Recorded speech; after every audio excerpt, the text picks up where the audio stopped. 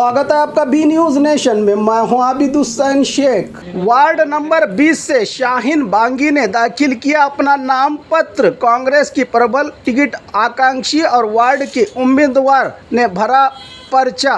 बीजापुर शहर में होने जा रहे महानगर पालिका चुनाव के चलते आज वार्ड नंबर 20 की कांग्रेस टिकट आकांक्षी जे बांगी की पत्नी मोहतरमा शाहीन बांगी ने अपने परिवार और समर्थकों के साथ मिलकर बीजापुर डीसी ऑफिस में इलेक्शन ऑफिसर के पास नॉमिनेशन फाइल किया।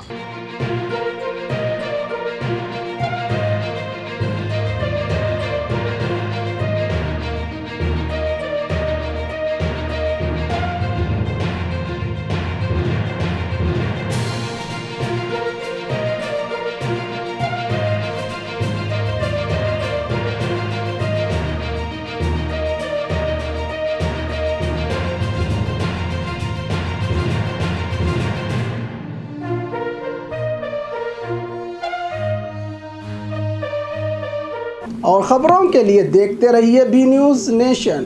Blue ruby specialist in 1 and 2 gram gold plated jewellery, American diamond, antique art jewellery अब आपके शहर में, राम मंदिर रोड, बीजापुर।